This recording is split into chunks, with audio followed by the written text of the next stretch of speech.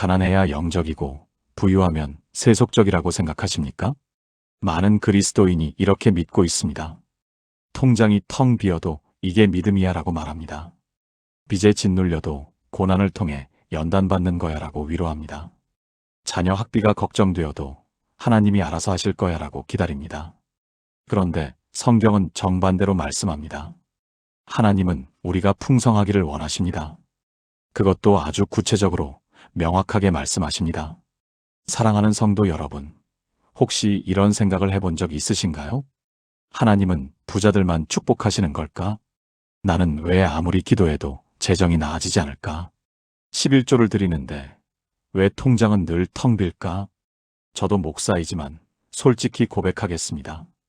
15년 전 저도 재정 때문에 무릎 꿇고 울었던 적이 있습니다.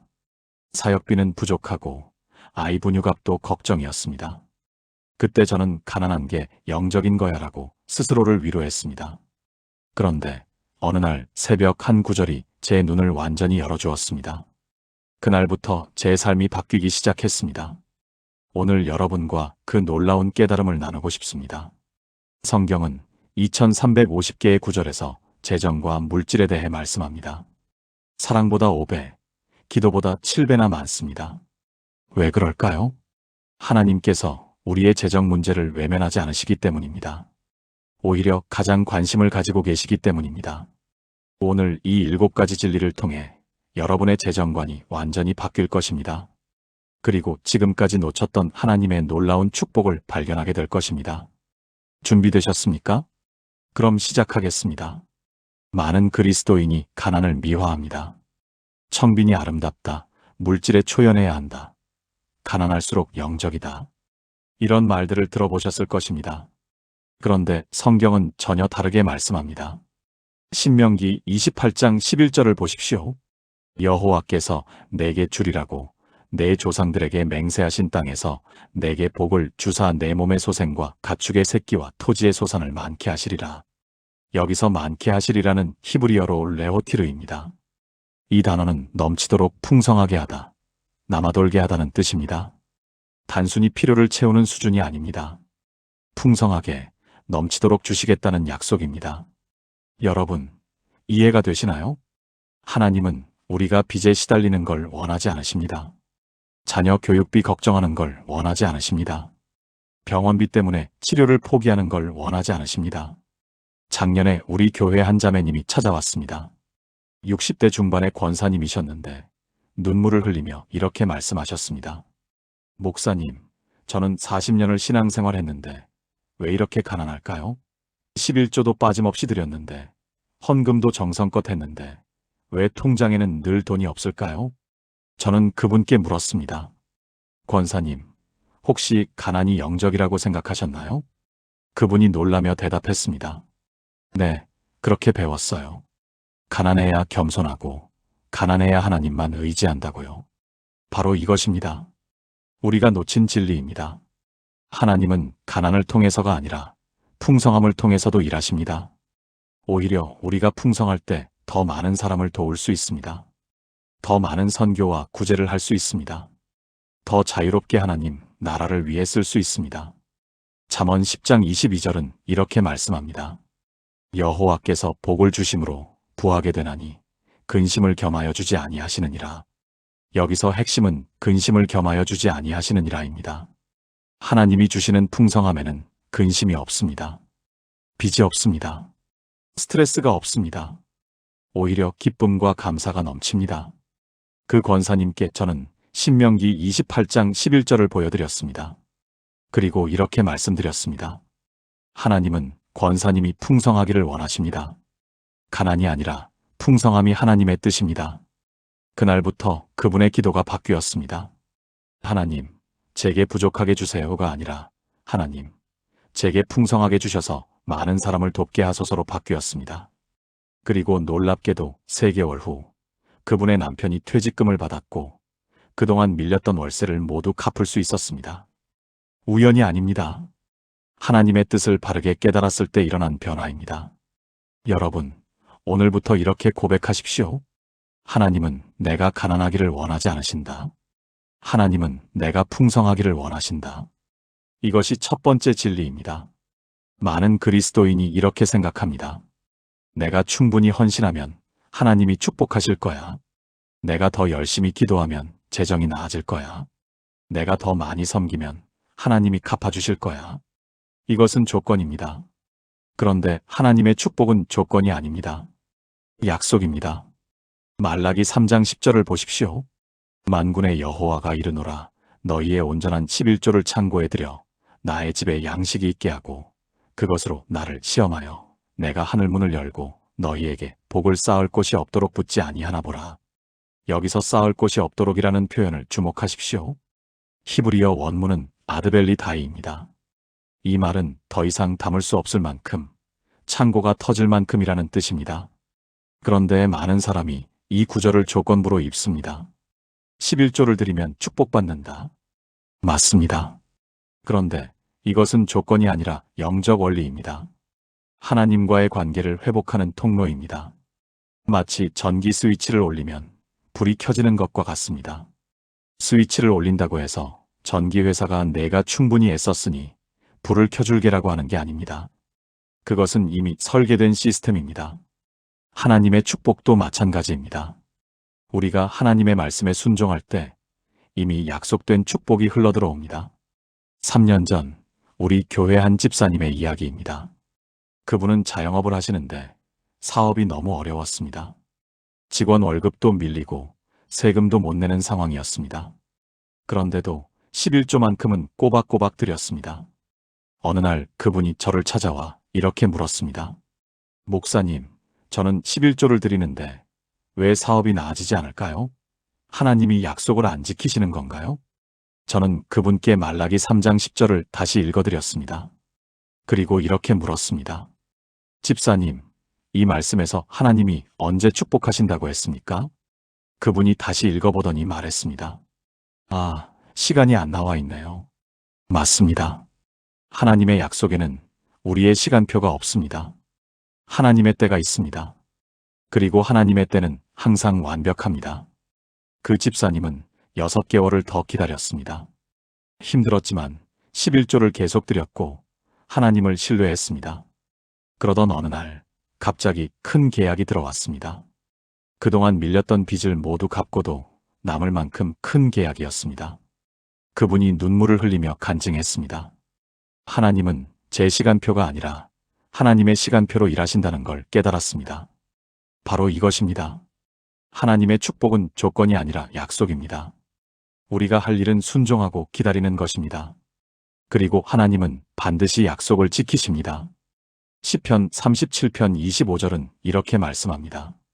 내가 어려서부터 늙기까지 의인이 버림받거나 그의 자손이 걸식함을 보지 못하였도다.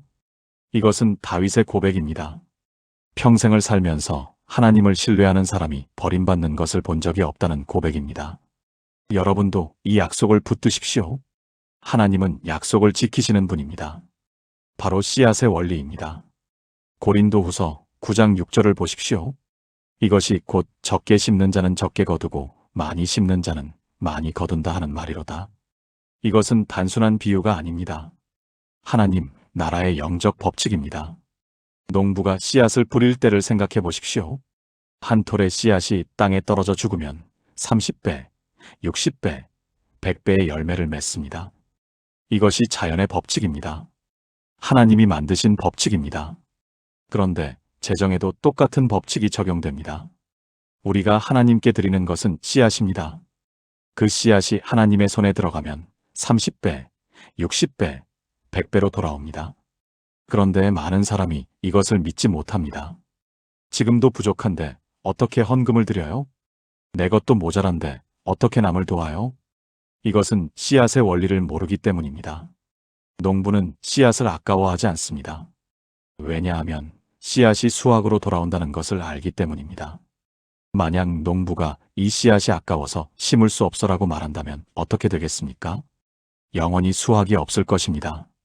2년 전 우리 교회 한 청년의 이야기입니다. 그는 막 사회생활을 시작한 직장인이었습니다. 월급이 200만 원 정도였는데 월세, 교통비, 식비를 제하면 거의 남지 않았습니다. 그런데 그 청년은 11조 20만 원을 빠짐없이 드렸습니다. 어느 날 특별헌금 기간이 있었습니다. 선교 헌금이었는데 목표가 1인당 10만 원이었습니다. 그 청년은 고민했습니다. 이번 달은 정말 돈이 없는데 10만 원을 드리면 생활비가 부족한데. 그런데 새벽 기도 중에 하나님께서 마음에 확신을 주셨습니다. 믿음으로 드려라. 내가 채워주겠다. 그 청년은 순종했습니다. 통장에 남은 돈이 15만 원밖에 없었지만 10만 원을 헌금했습니다. 그리고 남은 5만 원으로 한 달을 살아야 했습니다. 그런데 놀라운 일이 일어났습니다. 헌금을 드린 지 일주일 후 회사에서 갑자기 성과급 50만 원이 나왔습니다. 그 청년은 전혀 예상하지 못했던 돈이었습니다. 그리고 한 달 후 부모님이 갑자기 용돈 30만 원을 보내주셨습니다. 평소에는 한 번도 안 보내주시던 분들이었습니다. 그 청년이 눈물을 흘리며 간증했습니다. 하나님은 정말로 씨앗의 원리대로 일하십니다. 제가 드린 10만 원이 80만 원이 되어 돌아왔습니다. 여러분, 이것이 하나님의 방식입니다. 우리가 믿음으로 심으면 하나님이 수확으로 돌려주십니다. 누가복음 6장 38절은 이렇게 말씀합니다. 주라 그리하면 너희에게 줄 것이니 곧 후이 되어 누르고 흔들어 넘치도록 하여 너희에게 안겨주리라. 너희가 헤아리는 그 헤아림으로 너희도 헤아림을 도로받을 것이니라. 누르고 흔들어 넘치도록. 이것이 하나님의 축복입니다. 단순히 필요를 채우는 수준이 아닙니다. 넘치도록 풍성하게 주시는 것입니다. 오늘부터 씨앗의 원리를 붙드십시오. 두려워하지 말고 믿음으로 심으십시오. 하나님은 반드시 수확으로 돌려주실 것입니다. 많은 그리스도인이 11조를 의무로 생각합니다. 해야 하는 것, 안 하면 안 되는 것. 그런데 성경은 11조를 특권으로 말씀합니다. 하나님과 동역하는 특권입니다. 레위기 27장 30절을 보십시오. 땅의 11조 곧 땅의 곡식이나 나무의 열매는 그 10분의 1은 여호와의 것이라 여호와께 성물이니라. 여기서 여호와의 것이라는 표현을 주목하십시오. 11조는 우리가 하나님께 드리는 것이 아닙니다. 원래 하나님의 것을 하나님께 돌려드리는 것입니다. 우리가 받은 100% 전부가 하나님의 것입니다. 그런데 하나님께서는 90%를 우리에게 사용하라고 허락하시고 단지 10%만 하나님 나라를 위해 쓰라고 하십니다. 이것이 얼마나 큰 은혜입니까? 생각해 보십시오. 만약 우리가 회사에서 일한다면 월급의 100%가 회사 것입니다. 그런데 회사가 90%는 내가 가져가고 10%만 회사에 내라고 한다면 어떻겠습니까? 그것은 엄청난 혜택입니다. 하나님은 우리에게 그렇게 하십니다. 우리가 받은 모든 것이 하나님의 것인데 90%를 우리에게 주시고 10%만 하나님 나라를 위해 쓰라고 하십니다. 그런데 우리는 이것을 의무로 생각합니다. 11조를 해야 해, 안 하면 벌받아. 이것은 완전히 잘못된 생각입니다. 11조는 특권입니다. 하나님과 동역하는 특권입니다. 5년 전 우리 교회 한 장로님의 이야기입니다. 그분은 사업을 하시는데 IMF 때 사업이 망했습니다. 빚이 2억 원이나 되었습니다. 그런데도 그분은 11조를 계속 드렸습니다. 주변 사람들이 말했습니다. 장로님, 지금 빚도 못 갚는 상황인데 무슨 11조를 드려요? 빚부터 갚으세요. 그런데 그 장로님은 이렇게 대답했습니다. 11조는 제 의무가 아니라 특권입니다. 이 특권을 놓칠 수 없습니다. 그분은 아무리 어려워도 11조를 드렸습니다. 그리고 10년이 지난 후 그분의 간증을 들었습니다. 목사님, 2억 원의 빚을 다 갚았습니다. 그리고 지금은 매달 헌금을 1천만 원씩 드리고 있습니다. 저는 깜짝 놀랐습니다. 장로님, 어떻게 그렇게 되셨습니까? 그분이 대답했습니다. 제가 11조를 놓지 않았을 때 하나님이 저를 놓지 않으셨습니다. 하나님이 문을 열어주시고 길을 만들어주시고 사람을 보내주셨습니다. 바로 이것입니다. 11조는 의무가 아니라 특권입니다. 하나님과 연결되는 통로입니다. 히브리서 7장 8절은 이렇게 말씀합니다. 여기는 죽을 자들이 11조를 받으나 저기는 산다고 증거를 얻은 자가 받았느니라. 산다고 증거를 얻은 자. 이것은 예수님을 가리킵니다. 우리가 11조를 드릴 때 그것은 단순히 교회 재정을 돕는 것이 아닙니다. 살아계신 예수님께 드리는 것입니다. 그분이 직접 받으시고 직접 갚아주십니다. 여러분, 오늘부터 11조를 의무로 생각하지 마십시오. 특권으로 생각하십시오. 하나님과 동역할 수 있는 특권을 주셔서 감사합니다. 이렇게 고백하면서 드리십시오. 그러면 11조가 기쁨이 될 것입니다. 우리는 종종 이렇게 생각합니다. 지금 내 상황이 이렇게 어려운데 하나님이 나를 잊으신 게 아닐까? 이렇게 오래 기도했는데 왜 응답이 없을까? 그런데 하나님은 과정보다 결과를 보십니다. 우리가 보는 현재가 아니라 우리가 도달할 미래를 보십니다. 예레미야 29장 11절을 보십시오. 여호와의 말씀이니라. 너희를 향한 나의 생각을 내가 아나니 평안이요 재앙이 아니니라. 너희에게 미래와 희망을 주는 것이니라. 여기서 미래와 희망이라는 표현을 주목하십시오. 히브리어 원문은 아하리트 베티크바입니다. 아하리트는 결말, 최종 결과를 의미합니다. 티크바는 희망, 기대를 의미합니다. 하나님은 우리의 최종 결과를 보고 계십니다. 지금 어렵고 힘들어도 하나님은 우리가 도달할 승리를 보고 계십니다. 10년 전 우리 교회 한 집사님의 이야기입니다. 그분은 식당을 운영하는데 장사가 너무 안 되었습니다. 하루 종일 일해도 손님이 몇 명 안 왔습니다. 월세도 밀리고 식자재비도 못 내는 상황이었습니다. 그분은 매일 새벽 교회에 나와 기도했습니다. 하나님, 도대체 언제까지입니까? 제가 뭘 잘못한 겁니까? 그런데 6개월이 지나도 1년이 지나도 상황이 나아지지 않았습니다. 그분은 거의 포기 직전이었습니다. 그런데 어느 날 새벽 기도 중에 하나님께서 마음에 말씀하셨습니다. 조금만 더 참아라. 내가 너를 위해 준비하고 있다. 그분은 그 음성을 붙들고 계속 기도했습니다. 그리고 3개월 후 놀라운 일이 일어났습니다. 그 식당 근처에 대형 회사가 들어왔습니다. 직원이 500명이나 되는 회사였습니다. 그 직원들이 점심시간에 그 식당으로 몰려왔습니다. 갑자기 손님이 너무 많아져서 직원을 추가로 고용해야 할 정도였습니다. 그분이 눈물을 흘리며 간증했습니다. 하나님은 제가 보는 과정이 아니라 제가 도달할 결과를 보고 계셨습니다. 하나님은 이미 그 회사가 들어올 것을 아시고 계셨습니다. 바로 이것입니다. 하나님은 우리가 보는 현재가 아니라 우리가 도달할 미래를 보십니다. 로마서 8장 28절은 이렇게 말씀합니다. 우리가 알거니와 하나님을 사랑하는 자, 곧 그의 뜻대로 부르심을 입은 자들에게는 모든 것이 합력하여 선을 이루느니라. 모든 것이 합력하여 선을 이루느니라. 지금 여러분이 겪는 어려움도, 재정 문제도 모든 것이 합력하여 선을 이루고 있습니다. 하나님은 과정을 통해 우리를 준비시키시고 마지막에 최고의 결과를 주십니다. 여러분, 포기하지 마십시오. 지금은 과정입니다. 하나님이 보시는 결과는 승리입니다. 조금만 더 참고 기다리십시오. 하나님의 때가 반드시 올 것입니다. 재정 문제로 고민하는 사람들에게 공통점이 있습니다. 불평과 원망이 많다는 것입니다. 왜 나만 이렇게 힘들까? 왜 다른 사람은 잘 되는데 나는 안 될까? 하나님은 불공평하신 것 같아. 그런데 성경은 정반대로 말씀합니다. 감사가 축복의 문을 연다고 말씀합니다. 데살로니가전서 5장 18절을 보십시오.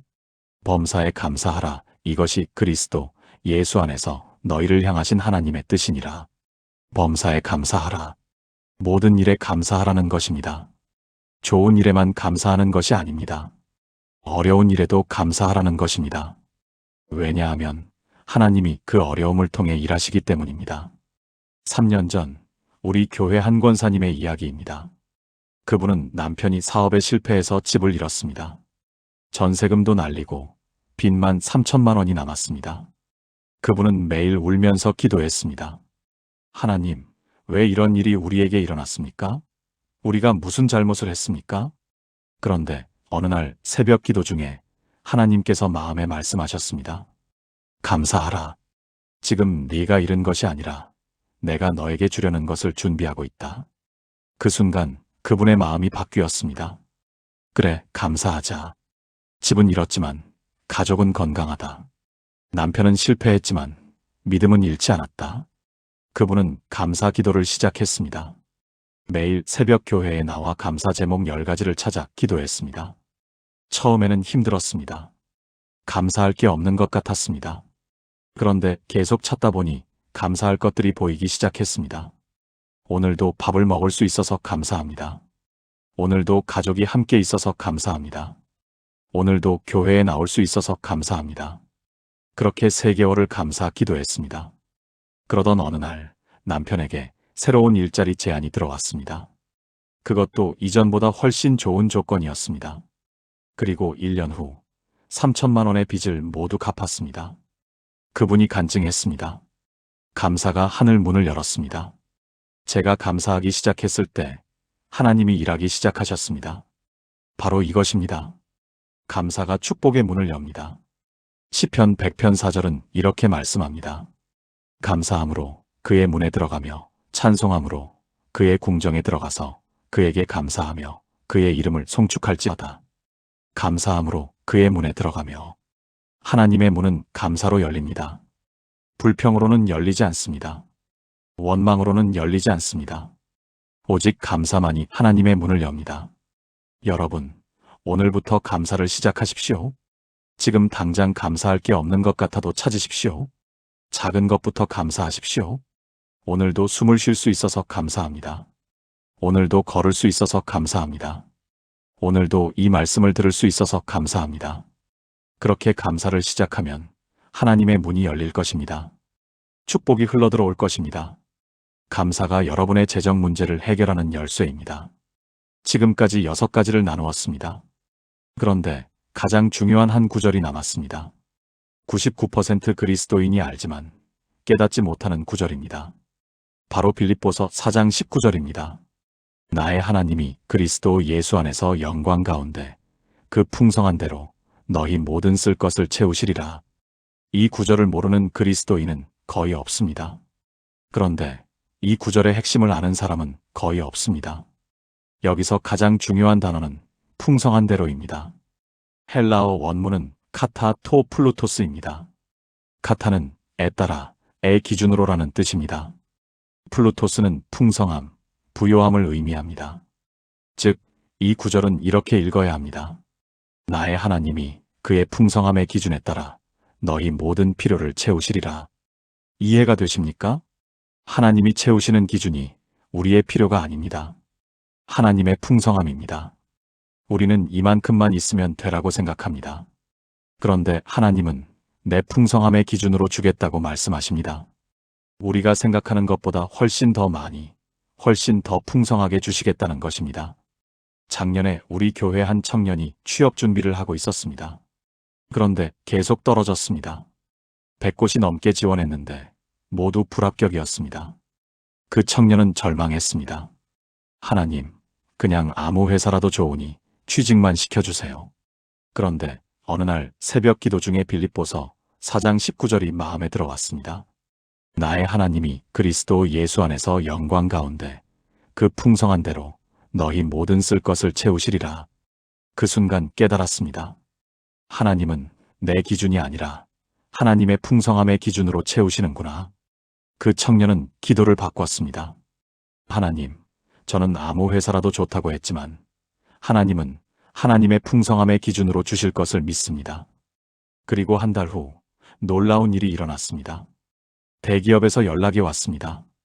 면접도 없이 바로 최종 합격 통보였습니다. 그것도 그 청년이 지원했던 적이 없는 회사였습니다. 알고 보니 그 회사 인사팀장이 우리 교회 권사님이었습니다. 권사님이 그 청년의 스펙을 보고 추천했던 것입니다. 그 청년이 눈물을 흘리며 간증했습니다. 제가 생각한 기준은 아무 회사라도 좋다였는데 하나님의 기준은 최고의 회사였습니다. 바로 이것입니다. 하나님은 우리의 기준이 아니라 하나님의 풍성함의 기준으로 채우십니다. 에베소서 3장 20절은 이렇게 말씀합니다. 우리가 구하거나 생각하는 모든 것에 더 넘치도록 능히 하실 이에게 더 넘치도록 우리가 구하는 것보다 더 우리가 생각하는 것보다 더 넘치도록 주시는 분이 하나님이십니다. 여러분, 오늘부터 이 구절을 붙드십시오. 빌립보서 4장 19절을 암송하십시오. 나의 하나님이 그리스도 예수 안에서 영광 가운데 그 풍성한 대로 너희 모든 쓸 것을 채우시리라. 그리고 이렇게 고백하십시오. 하나님은 내 기준이 아니라 하나님의 풍성함의 기준으로 나를 채우신다. 이것이 99% 그리스도인이 모르는 비밀입니다. 이 비밀을 깨달았다면 여러분의 재정 문제는 이미 해결된 것입니다. 사랑하는 성도 여러분, 지금까지 7가지 진리를 함께 나누었습니다. 첫째, 하나님은 가난을 원하지 않으십니다. 둘째, 하나님의 축복은 조건이 아니라 약속입니다. 셋째, 씨앗의 원리를 이해하십시오. 넷째, 11조는 의무가 아니라 특권입니다. 다섯째, 하나님은 과정보다 결과를 보십니다. 여섯째, 감사가 문을 엽니다. 일곱째, 하나님은 그의 풍성함의 기준으로 채우십니다. 이 7가지 진리가 여러분의 삶에 깊이 뿌리내리길 기도합니다.